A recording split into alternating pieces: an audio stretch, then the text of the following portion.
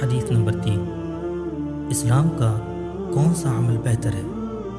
عن عبداللہ بن عمرو رضی اللہ تعالی عنہما ان رجلا سأل رسول اللہ صلی اللہ تعالی علیہ وسلم ای الاسلام خیر؟ قال تطعم الطعام وتقرأ السلام على من عرفت ومن لم تعرف۔ صحیح البخاری کتاب الایمان۔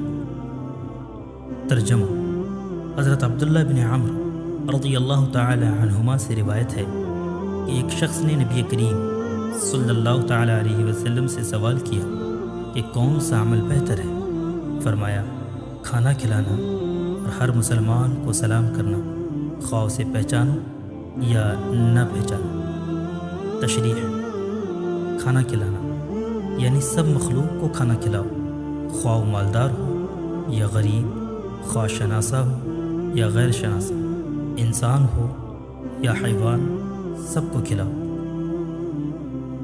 سلام کرنا، عادت یہ ہے کہ عموماً انسان انہی کو سلام کرتا ہے جنہیں پہچانتا ہے، لوگ اجنبی کو سلام نہیں کرتے۔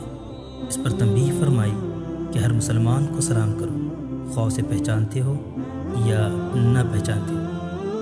نوٹ: غیر مسلم کو سلام کرنا جائز نہیں ہے۔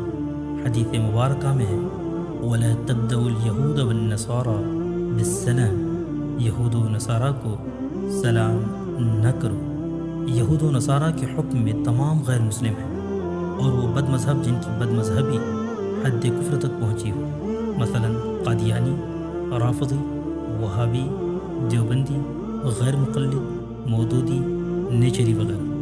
اسی طرح ان بد مذہبوں کو بھی سلام کرنا جائز نہیں جو گمراہ ہیں، اگرچہ ان کی گمراہی حد کفر تک نہ پہنچی ہو، جیسے تفضیلی حدیث مبارکہ میں ہے لا تجالسوا اہل القدر ولا تفاتحوهم، تقدیر کے منکرین کے ساتھ نہ بیٹھو، نہ انہیں سلام کرو، بلکہ بد مذہبوں کے سلام کا جواب دینا بھی جائز نہیں ہے۔ بحوالہ نزہۃ القاری کتاب الایمان۔